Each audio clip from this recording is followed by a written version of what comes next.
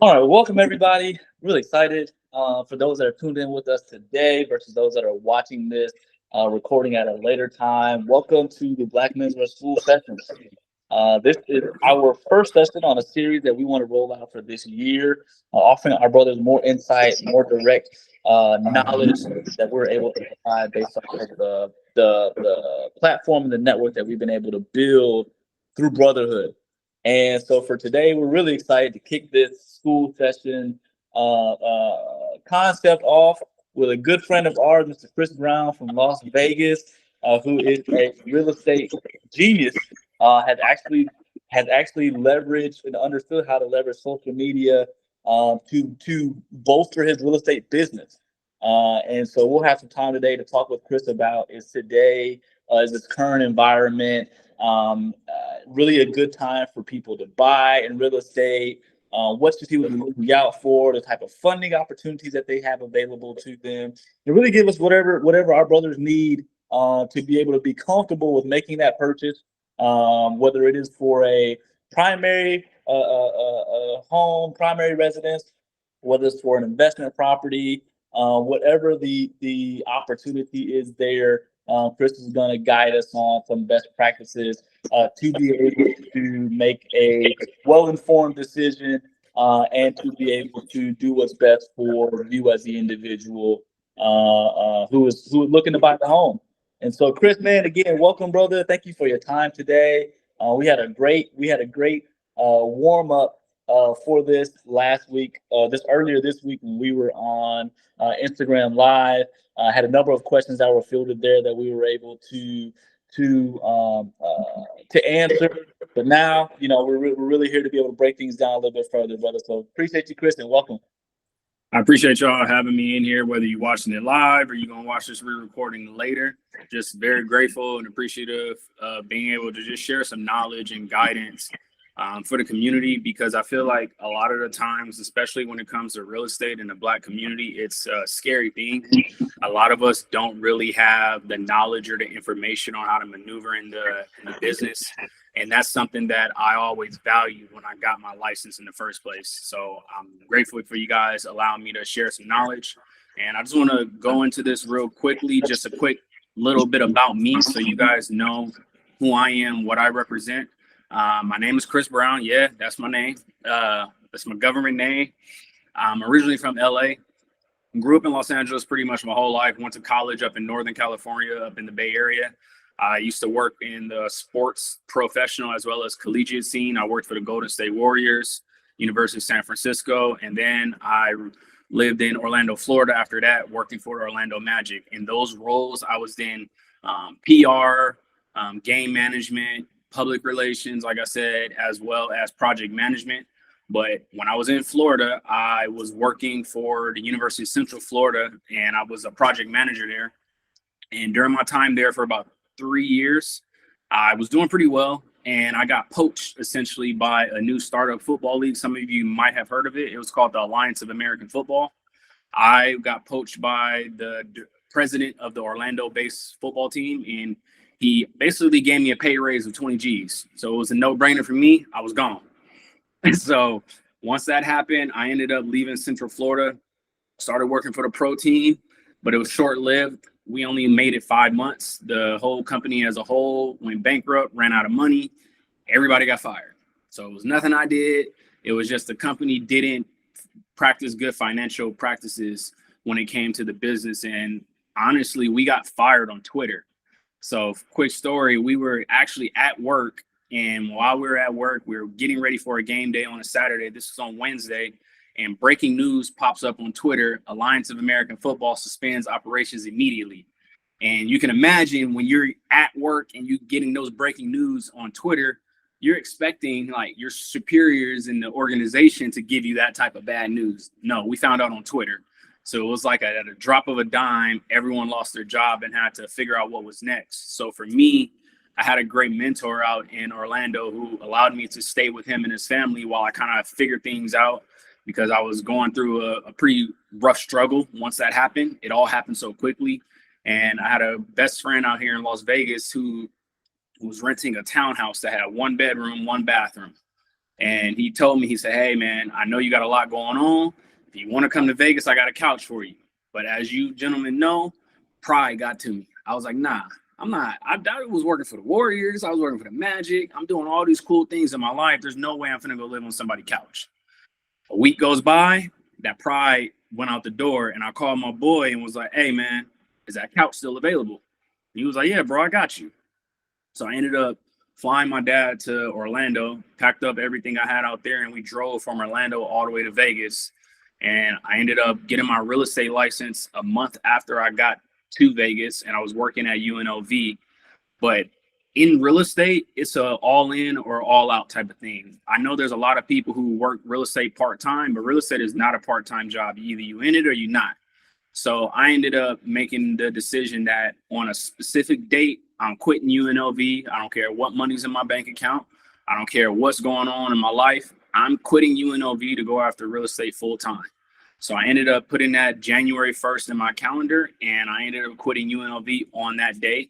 And the rest is history, man. I just been grinding from that point to where I wanted to grow my business in the way that I wanted to do it. Because traditional real estate, they're going to tell you cold call, door knock, do open houses, network, all those different things work. But I knew I was a very social person, jumped on social media. I got on TikTok and I got on Instagram, and I started growing my audience, not on selling houses, but on selling the city and the lifestyle that you get when you buy that house.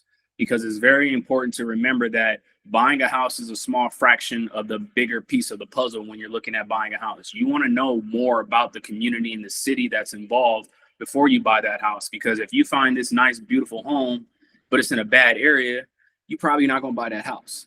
So that's why I utilize social media as an avenue to go ahead and start to target people in Las Vegas and show them what it's like living out here.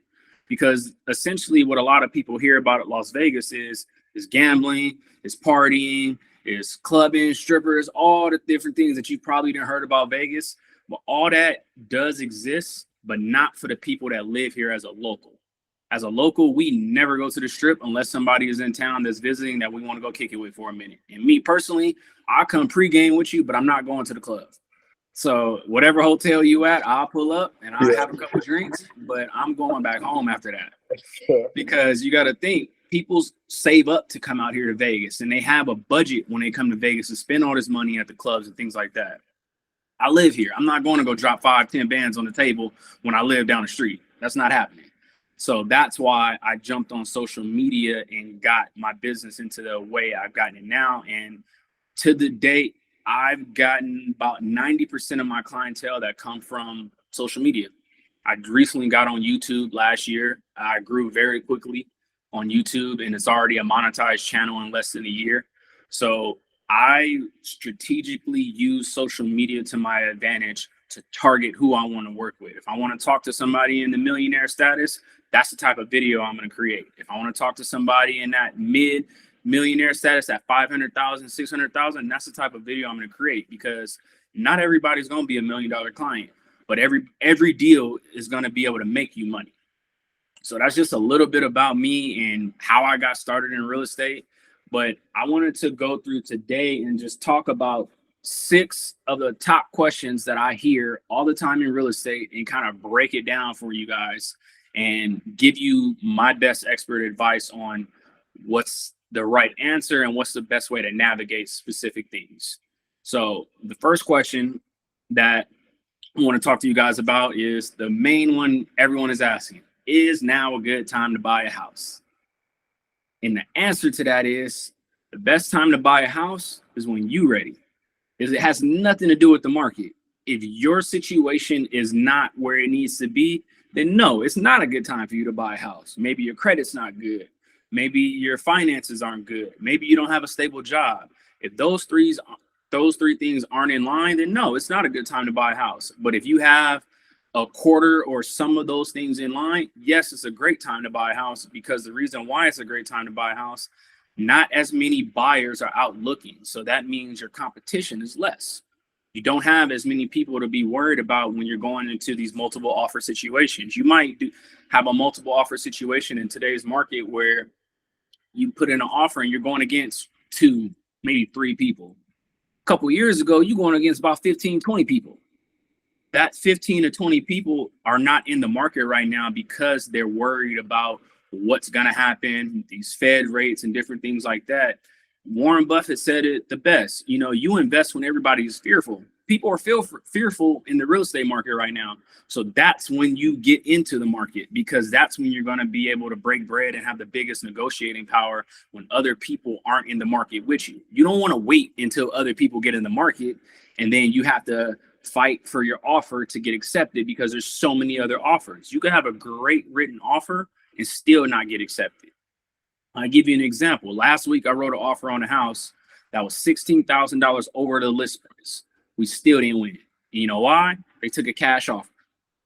Cash is always going to win no matter how great of an offer you have. I gave them $16,000 extra, and I gave them extra money in other ways because I write my contracts pretty strategically where it's a win-win situation for both.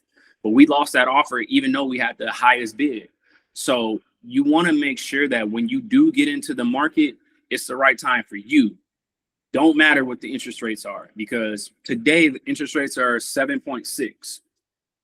If the rates were 20% and your budget can afford 20% interest rate and you have good credit and you have a solid job, the rate is irrelevant at that point. So what you guys need to understand now is that the rates are not important because they're temporary. These are temporary things that you have to deal with in order to succeed in the market. So, like I said, the best time to buy a house is when other people are not buying, and then a lot of people are not buying right now. I'm going on into the next question. What do I need to do to get approved for a home loan? I kind of touched on it a little bit a few minutes ago. You need credit. You need your money as far as your finances together. You need a stable job, and you need reserves. So when it comes to getting approved for a home loan, if you're a VA, your minimum credit score is going to be a 580. If you're FHA, it's a 580. But if you go to conventional route, it's going to be a 620. So not everybody has to have perfect credit. Credit is a fraction of what you need to get approved. You don't need to have an 800 credit score to get approved, because you could have that 580, but you make good money and you got a good job and you can still get that house that you want. Credit, in the best way to put credit is your trustworthiness. If you got very, very, very, very low credit, creditors and lenders look at you as risky. They look at you as high risk. So again, you don't have to have the highest credit score, but it does help. Is a pre-qualification the same as a pre-approval? No. If you guys have been in your adult years at this point, I'm pretty sure in the mail you've gotten plenty of statements from Capital One, all these different venture capitalists and different credit card companies, where they're going to be sending you these notices in the mail, and they're going to say, hey, you're pre-approved for XYZ credit card. But and they say, give us a call. But when you call them, they're like, all right, we got to run your credit now. That's the same thing with a house. You can get pre-qualified, which means you're eligible to buy a home, but I don't mean you're approved, because they still have to run the hard numbers.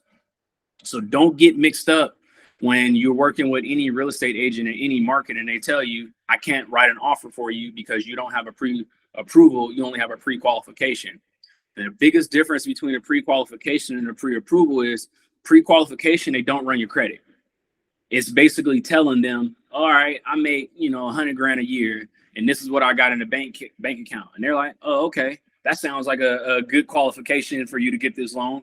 But a pre-approval, they're going to be like, oh, okay, I'm going to go run that and just verify, check but verify. That's what they do when they do a pre-approval. No matter what you tell them to get that pre-qualification, the pre-approval is one of those check but verify things where they're going to verify that you are not only eligible, but you can afford whatever home that you're seeking.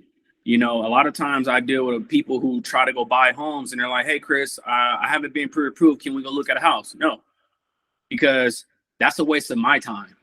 I'm not going to go show you homes especially if we're looking at, if we're looking at a higher price point. Let's say we're looking at $600,000 homes. If you haven't been pre-approved and we go look at that home and then you fall in love with that home, all right, now let's go get pre-approved. What if you can't afford that $600,000 home? Now you done fell in love with it. Now you mad at yourself and you mad at me. That's not good for business. So there's no way that any agent is going to show you any homes without being pre-approved, because it's verifying that you can actually afford what we're looking at. We don't want you going out home shopping, being a window shopper, and not being able to afford the actual home. So pre-qualification, no credit check. Pre-approval has a credit check. And they actually run the hard numbers. You have to send them your bank statements. You have to send them your pay stubs. You have to send them they're going to be all in your business to get the pre-approval. They want to know everything about the money that you have. Moving on.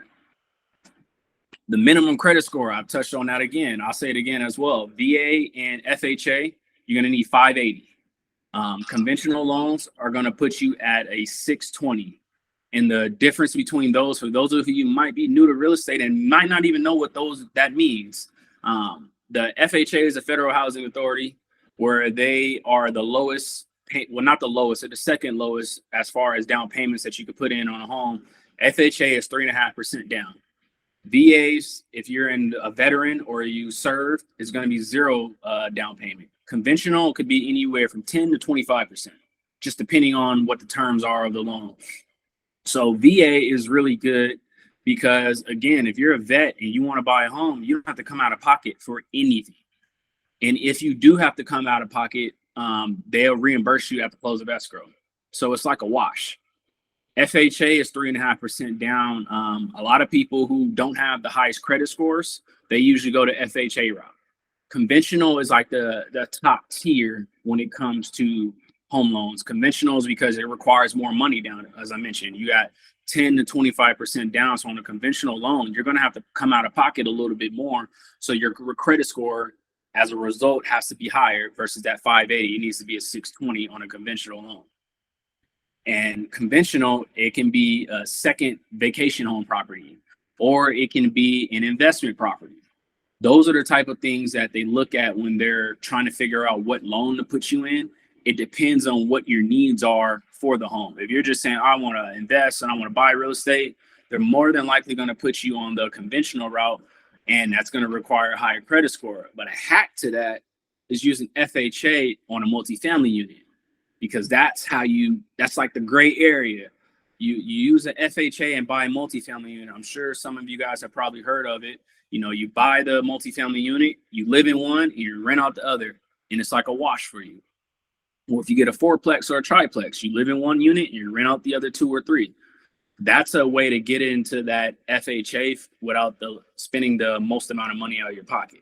So I definitely recommend, if you're new to real estate, don't know nothing about real estate, but you want to get in the game, go to FHA route, because that's going to save you on your credit score, and that's going to save you on the money that you got to come out of pocket initially.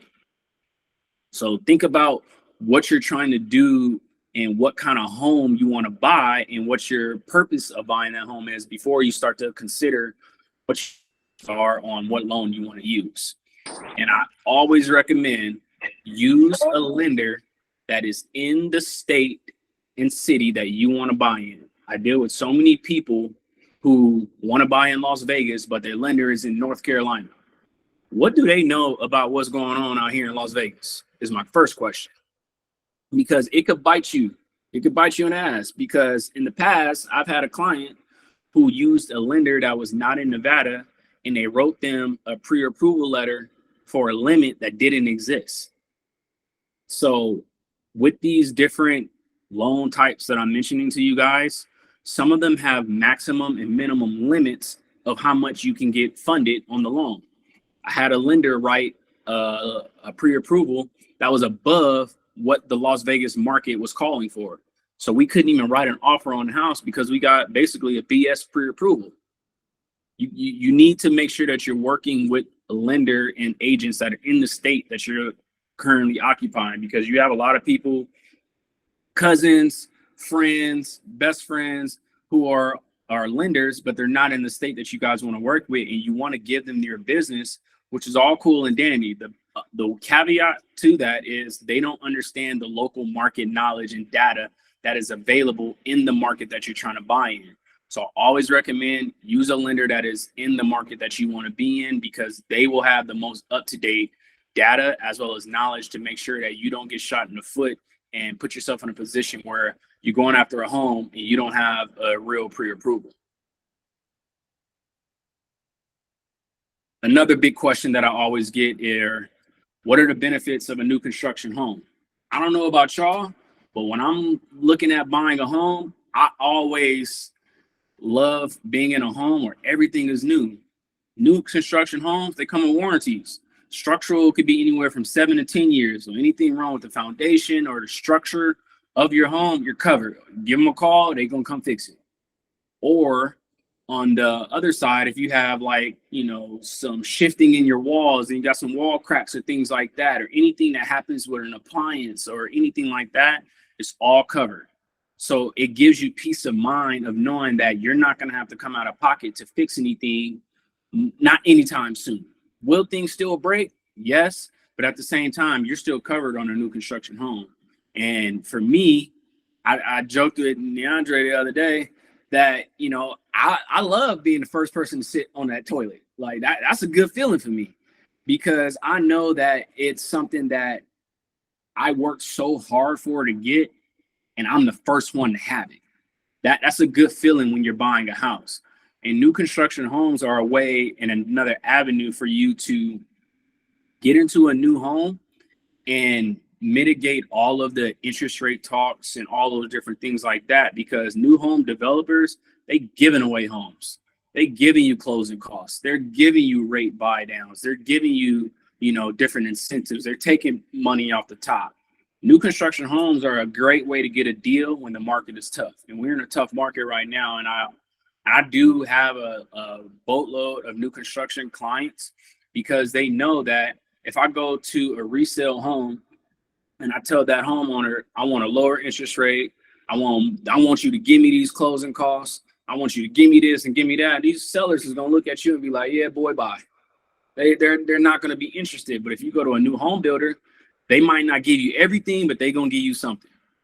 And that's gonna incentivize you to want to work with a new construction development, because again, they're gonna give you more. Quick question, Chris. So What you got? That's one thing that I've heard about as well about new construction, that you really have a better opportunity to negotiate versus buying. We talked about money and stuff with new homes. Do they typically have their own lending processes as well, like their own banks and those things that you can tap into, or are they still going to go to FHA or conventional route once you get through everything?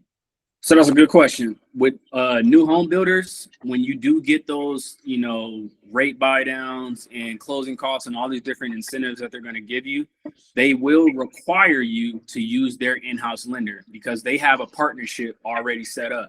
So for example, a big builder out here is Toll Brothers. Toll Brothers has their own mortgage company that they own. So when they have people get loans through their mortgage company, Toll Brothers gets a kickback. So they're always going to require you to use their lenders, and you can have the option to use your own lender, but they probably won't give you all those incentives if you're not using they people. It's like basically use the homie and they'll take care of you, or use your homie and that's on you. That's pretty much how it is with new builders. No, for sure. I appreciate that. Okay, so here's the biggest thing that I hear almost every day when it comes to real estate. Will home prices decline when interest rates come down? Quick, simple answer is no, they're not. When rates come down, so I mentioned to you guys a little bit earlier in this conversation, rates right now they're 7.61. If that rate drops down 1% and goes down to a 6.61, that's 5 million more buyers that are coming into the real estate market. So I told you guys, competition. So now, amongst all the buyers that are already in the market, 1% rate drop is going to bring 5 million more into the market. So that means you're fighting against that many more people on those homes. So that's 2 to 3 multiple offer situation. Now it's creeping up towards 10. 5 million buyers is a lot of people. That is a ton of people that are coming to the market. Don't let it go to 2% rate drop. You know what I mean? Like if we're in the sevens, let that interest rate get down to a 5. And you guys let me know how successful you are when it comes to getting your offer accepted. Because right now, I'm waiting to hear back on an offer at 4 p.m., our local time, because an agent put in an offer on a home and they haven't responded back by the deadline. So I'm waiting. I already sent my offer, waiting to hear back. So, hey, if they don't come through, my people ready. It's like really a dogfight right now when it comes to getting your offer accepted in any market. It doesn't even have to be in Las Vegas. It's really a dogfight because there's so much less inventory available now than what it was in the past couple of years. And basic economics, supply and demand. When you have a little bit supply and a high demand, the prices are going to go up, and vice versa. If you have a lot of supply and a low demand, prices will go down. And right now, what we're seeing in the market is we don't have as many houses on the market because of the fact that interest rates are a little bit higher. If I have an interest rate that is in the 2, 3, 4, or maybe even a 5%, and rates are at a 7% right now, if I sell my house, I got to go get a 7% interest rate. I'm not selling. The only people who are selling their homes right now in this market are people who have to sell, not people who want to. So all of those homes that are not available right now, sellers are going to win when these rates drop, because there's going to be so many more buyers coming into the market, and they know they could basically choose which one they want to give the home to.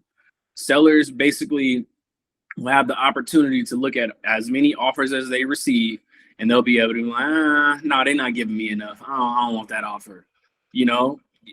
I live in Las Vegas, and California is right around the corner. What we have a lot of people doing is in California, they're selling their house, 1 mil, 2 mil, 3 mil, coming to Las Vegas and buying something cash. You're not going to win against those offers because the cost of living in the homes in California, especially in the Bay Area and LA, they're much higher than Las Vegas.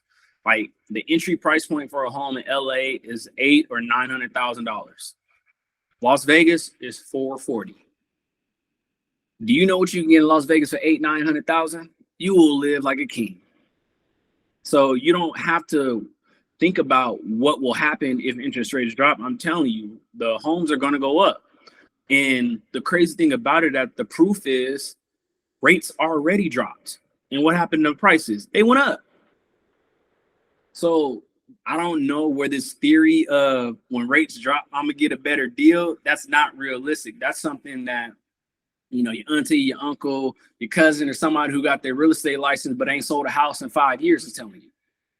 You know what I mean? Like when rates drop, home prices will go up, and it's a guarantee. It's not a theory. That is a guarantee that that's going to happen. I think, to your point, Chris, I think what they're mixing up is the fact that when rates drop, your monthly payment is going to be lower because you're getting in with a lower interest rate for that same value of house.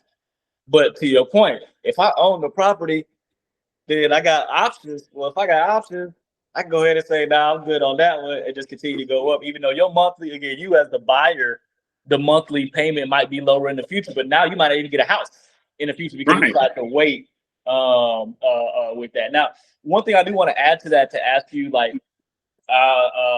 it's like, go ahead and buy the house now, and then if rates do drop, then just refinance, right? Isn't that an option as well? That's something that we always tell our clients in real estate. We say, marry the house, date the rate.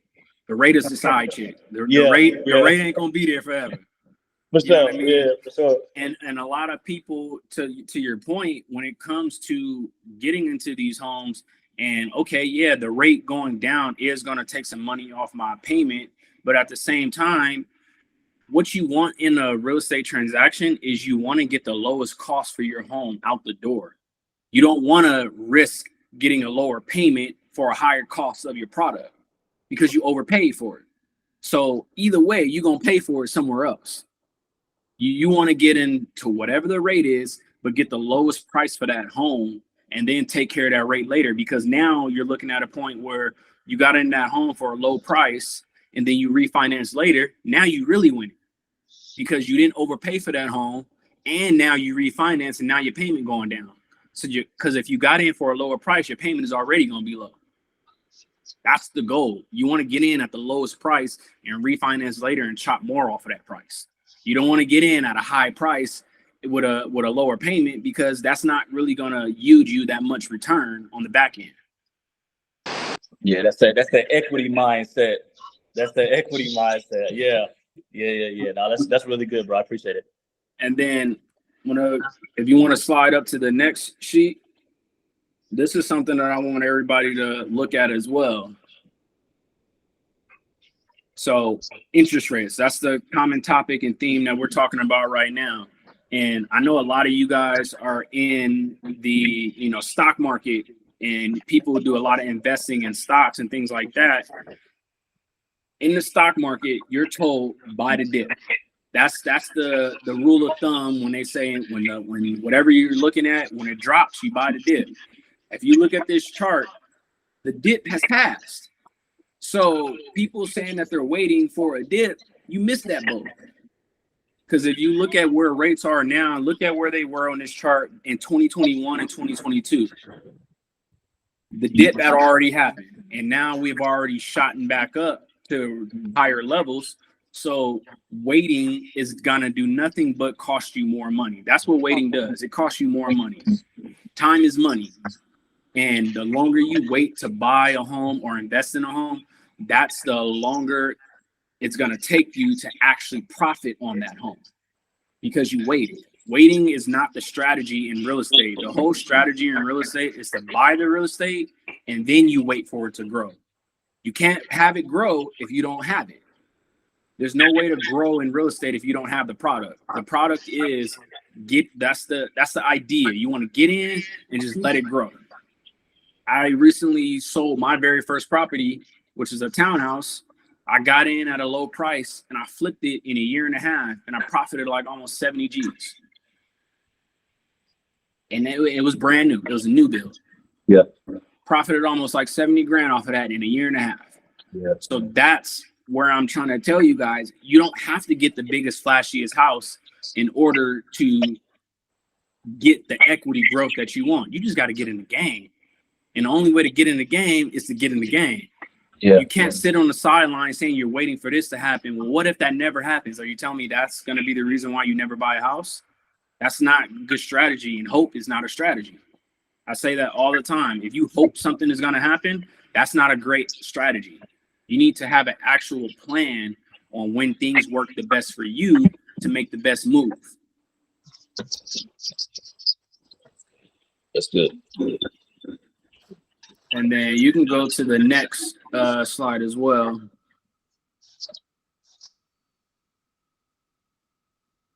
And this is just to give you guys a little idea about what's going on out here in Las Vegas.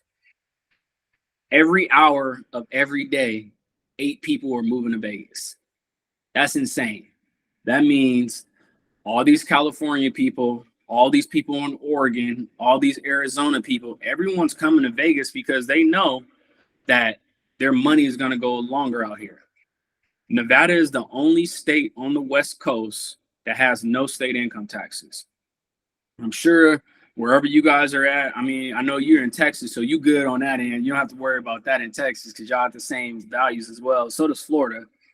But when you live in a state with no state income tax, you saving several $100s on your check that's coming back to you, especially on the retirement side, because I deal with a lot of clients who are retiring. They want to make sure that they get the most out of their retirement income. And that's why Nevada always makes sense for them. And business owners, Nevada makes sense for business owners because Nevada is the most business-friendly state in the country. Us in Delaware, because if you guys look at major credit card companies and different things like that, they're all incorporated in Nevada or Delaware. And it's the reason why is because their taxes for businesses are the most friendly, and they give the most advantages for living in those states and incorporating in those states. Just right here on this chart, if you look at it, this is based off of the numbers from December of 2023 to January 2024. That's the change that you're seeing. So if you look at single family homes, we sold 11.6% more homes in January than what we did in December. And we went up as far as our median price of what was sold, 4.7%. So everyone telling you the market is doing this and the market is doing that, no, houses are still selling. Houses are still selling. And although in that next column you see listings went down, that doesn't change how much was sold. So yeah, less houses are on the market. We do have a low inventory problem, but that doesn't mean that we have a sales problem, because median sales price is basically every home from every price point. That's the average median price point of where these homes are at. So homes are being listed for about $490, but they selling for about $445. So as a buyer, that should be, look at that as a buyer, you looking at that like, okay, I could get a good deal right now in this market. Because right now, what we seeing now, if we go to where rates change, that median price point of $490 will probably be right around the same, but that sales price is going to be closer to $490 because there's going to be so much competition. It's going to drive that median units of sold up. If you look at condos and townhouses, it's the same situation. We went up from December and January 19%. We went up as far as how much homes are selling for, 7%. And then we also went up in listings. And I told you guys, my first home that I bought and sold was a townhouse. Townhouses are the best way to get in the game because if you want to rent them out, they are most of the time 2 to 3 bedrooms. A lot of them have garages. They got 2 bathrooms or more sometimes. So townhouses give you somewhat of a single family home, but look at the price difference. You guys can save a ton of money and get in the game and build some equity just by getting a townhouse. Take that money from the townhouse to go get the single family if you're not ready. If you can get into a single family right now, you know, kudos to you, but not everybody pockets is like that. Sometimes you got to take what you can get. You might only be able to afford a condo or a townhouse, but the thing about buying something at a lower price, as far as a condo or a townhouse, you're going to make money regardless. You ain't going to lose money. We're not in a market where money is being lost right now. We're in a market where money is being made. And that's what a lot of people don't realize when it comes to real estate in general, that no matter what you hear on the news, what you hear from your friends who aren't licensed, by the way, they just read what they heard on the news. Those people are giving fear tactics. And the people who are afraid are going to sit on the sideline and probably not purchase any property. And the people who aren't afraid are going to purchase property and make some money. Which side of the spectrum do you want to be on? Do you want to be the dumb one who don't make no money and continue to wait for something that's probably never going to happen? Or do you want to be the smart one and get something that fits your means and your needs to get in the game? Because there's no way to win if you're not in the game. You have to get in. And the only way to get in is making a strategic investment on what works for you. Get in the market when it works for you. Don't worry about what other people are saying and what other people are doing. It's always about you when it comes to buying real estate, or, you know, you and your family when it comes to that. You don't want to listen to what other people are saying, because when a lot of people project their fears and project what they feel about the market on you, and then it psychs you out. And you're like, yeah, you know, my uncle said it's a terrible time to buy a house because XYZ is going on and da-da-da-da-da. And you're like, well, how many properties does your uncle own, first of all? When was the last time he actually purchased a property? Even if he does have a lot, when was the last time he bought one? You got to ask those type of questions so you guys can see who you're getting your information from, because just because someone is giving you information doesn't mean it's valid and good information. A lot of the times people are giving you information because they're projecting on, you know, their inability to afford a home at this current market. Not everybody is set up to buy in this market, and the people who are, some of them are being shied away from projections from other people, and that's not what you want.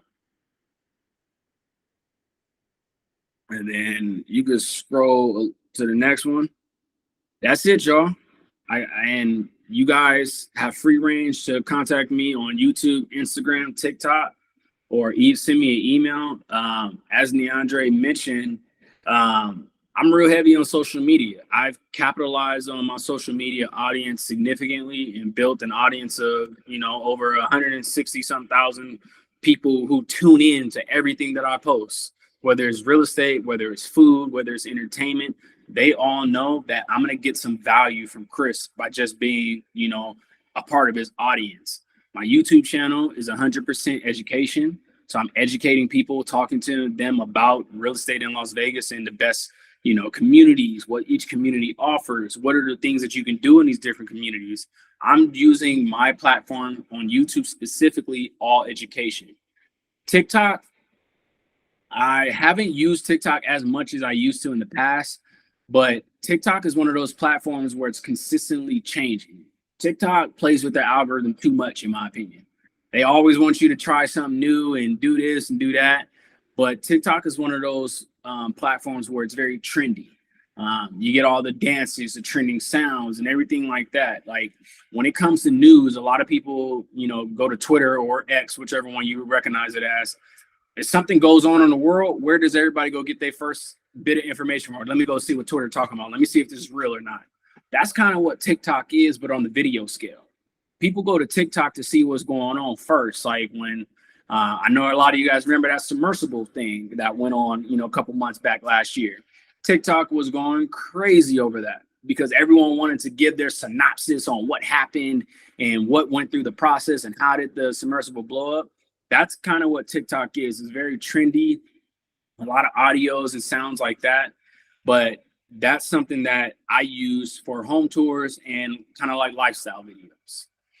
Instagram is another platform that I personally enjoy the most because Instagram gives you the most flexibility with your content. You could post something very short. You could post something a little longer. You can post entertainment. You can post educational.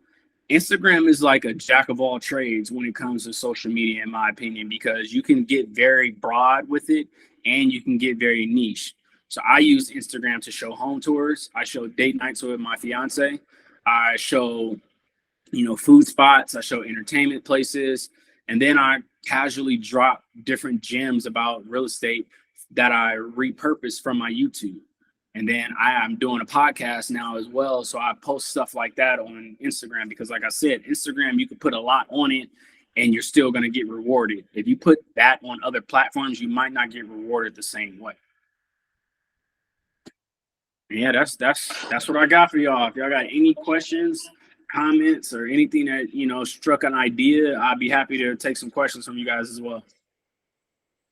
No, I appreciate it. A couple of things that just really stood out to me, just in regards to like timing and I'll say I'm one that I feel as though I'm financially savvy, just because a lot of my adult life I was in financial services, right? So I to understand those things, but also obtaining more knowledge in a couple of things that you said as it relates to you can't play the game from the sideline. You have to get in, and understanding the equity that comes with purchasing a home. So one, and then secondly, the just really doing your own research versus hearing the projections of others. Because when you just show the numbers, like you think about it, obviously something is going right when people sales are up in Vegas, right? So sales being up, it's not because of scare tactics, it's because of truth. It's because of the fact that if that house is for me now, I'm gonna go ahead and get it. And so I really just appreciate you doubling down on that for our brothers in the school community. I don't know if there are any more questions from the audience today. I know that there are probably, as guys watch the replay, more questions will come about. And we see the information here on the screen on how to get in touch with Chris moving forward. Man, bro, I really appreciate this and I love this. And I like, again, I like, even if as we continue to grow and to develop this, if you're like, hey, Dre, here's some new data, go ahead and blast it out to the brothers, or let me put it in the school community, bro. I think that would be great just to keep everybody abreast, so that they know if anything comes up real estate, they know who to chop in with within our school community. 100%. 100%. I'd be happy to do that. I love what you guys got going on with the school session and just the community as a whole. Like I looked at it, what is it, like over 400 people now? Yeah, we're right under 5. Man, that's beautiful to have like that many people engaged and want to just be around a good group of brothers who might have similar stories or lifestyles that you have, and might have some, free game or information that you can get from a variety of different avenues. Like, obviously I specialize on the real estate social media side, but out of that, under that 400 and whatever number that we're at, there's a ton of people that's talented in a bunch of other things. And I love that. For sure. Well, for sure, brother. Well, my guy, man, I appreciate you. Again, I don't think we have any additional questions coming from the audience today, but brother, I appreciate you taking this time out, kicking us off for our school session, and look forward to just learning more from you along the way, bro. 100%, man. I appreciate the invite, and anybody that wants to schedule like some one-on-one with me, you can shoot me an email or DM me on Instagram. You guys can reach out to me that way. All right, and guys, this recording will be in the school community, so you'll go and you'll see it in courses. So definitely feel free to tap back in and learn more. Replay it as many times as you need to, so you can get all the gems that are out of here to be better brothers. And again, I'm really excited. Hopefully, we can shift that 700,000 that we got on Instagram over to at least be a couple thousand in the school community. As guys learn really what we got going on in here, I think it's going to drive a lot of them to join the community, because we want to offer value. This is tremendous value for brothers that are in the community, brother. So I appreciate you, man. Again, congratulations to you and the fiance on the upcoming wedding. And looking forward to seeing more from you, bro. You got it, man. Tasting is tomorrow, so I'm about to get my appetite ready. Yeah, for sure. Because you pay for the tasting, so you might as well eat all of it. Oh yeah, look, I'm asking for to-go boxes. right. I want it all. But yeah, man, it was a good conversation. Anybody that wants to reach out, feel free. I'm here. All love, brother. Y'all have a great evening out there. We'll tap in with you guys soon. All right.